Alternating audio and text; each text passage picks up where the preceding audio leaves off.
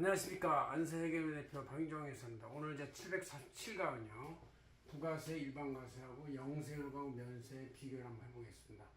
이거는 이제 우리 안세증전원은 이번 여름호죠. 2025년 8월 6일자 표지에 나와 있는 것을 제가 강의 원전으로 삼습니다.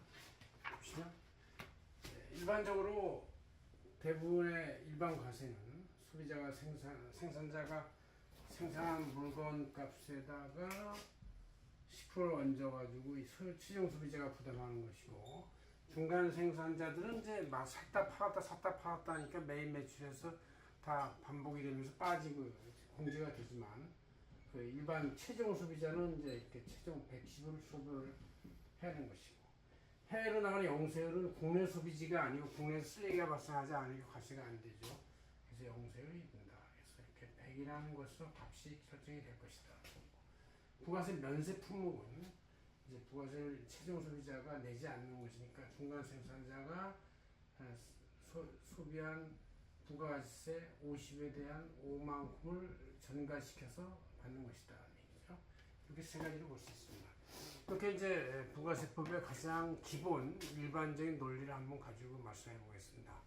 자, 기본적으로 일반과세는 소비지 과세 원칙에 의해서 국내에서 10%를 과세한다 그런 얘기고, 영세율은 이제 소비지가 국내가 아니니까 해외에 나가서 그 나라에서 과세해라. 그래서 우리나라 나갈 때는 영의 세율이다. 세율은 세율인데 영의 세율, 빵이다 이런 얘기죠. 10%가 아니라 0%다 그런 얘기죠.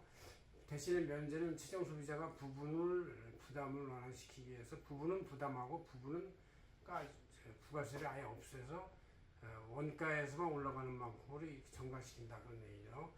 그래서 대상은 이제 일반과세, 일반 소비재, 재화용료, 공산품 등을 말하고, 영세율이 되는 해외 수출, 외화획득 거래가 되는 수출품을 말하는 것이죠.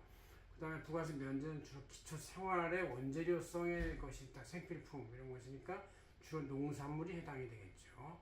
그 면세 정도는 이제 일반과세는 완전 과세가 되는 것이고, 영세율은 완전 면세가 되는 것이고, 면제는 이제 부분 면세가 되는 것이다 볼 수 있고, 가격으로 치면은 같은 원가 구조라면 일반과세는 소비자가 110을 내는 것이고, 영세율은 해외에 있는 구입자가 일단 국내에서 100으로 받아가서 그 나라의 그 부가세법이나 기타 소비세법에 의해서 과세가 되는 것이다. 면세는 이제 105원 정도라고 볼 수 있는 것이죠. 그래서 이렇게 부가세, 일반과세와 정세율은 같은 세율이지만 10%나 0%의 차이에 불과하니까 부가세법상 적용이 되는 사업자 등록을 해야 한다 그런 얘기죠. 그러나 면세업자들은 법인세나 소득세법으로 사업자 등록만 하면 된다 이런 얘기고, 그래서 신고 의무도 일반과세나 영세율은 이제 일반 자진신고 납부를 하고 된다는 얘기죠.